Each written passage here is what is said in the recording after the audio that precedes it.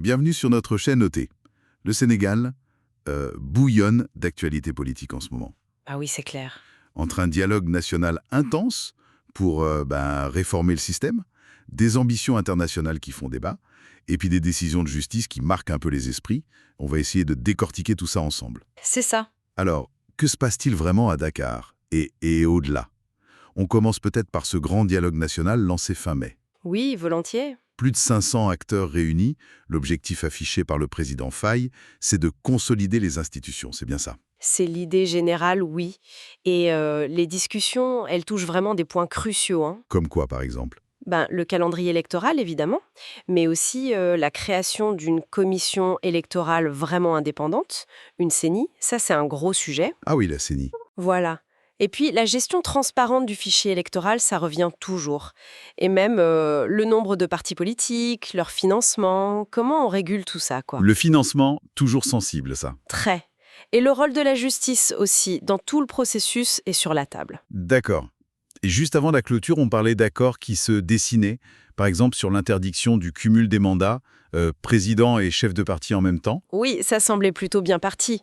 Ou la modification de cet article sur l'offense au chef de l'État, qui est souvent critiqué. Mais il y a des points où ça coince encore pas mal, non? Ah oui, clairement. Le statut du chef de l'opposition, par exemple. Faut-il lui donner un statut officiel, des moyens? Grosse discussion. Ou la publication des sondages avant les élections. Interdit? Pas interdit? Là, Ça bloque. ça bloque fort, oui. C'est fascinant parce qu'on voit bien cette tension, quoi.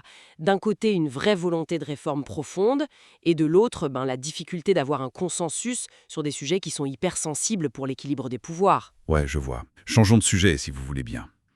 Cette rumeur qui agite un peu le landerneau politique sénégalais. L'ex-président Macky Sall qui serait candidat au poste de secrétaire général de l'ONU. Oui, ça fait parler. Et la réaction de l'ancienne première ministre Aminata Touré, elle a été immédiate et assez vive, non? Très vive, oui. Pour elle, il n'a tout simplement pas le profil.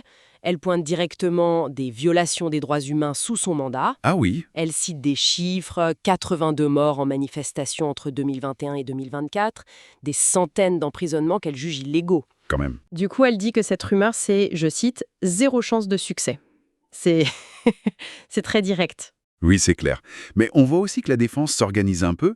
Baran Dieng, d'un parti allié, lui, il parle d'ingratitude, de rancune, C'est ça. et il voit au contraire cette candidature comme une chance pour l'influence diplomatique du Sénégal. Voilà, on a typiquement les deux visions qui s'opposent. D'un côté, le bilan, l'héritage du régime précédent, surtout sur les questions de droit, et de l'autre, le positionnement international du pays, le rayonnement.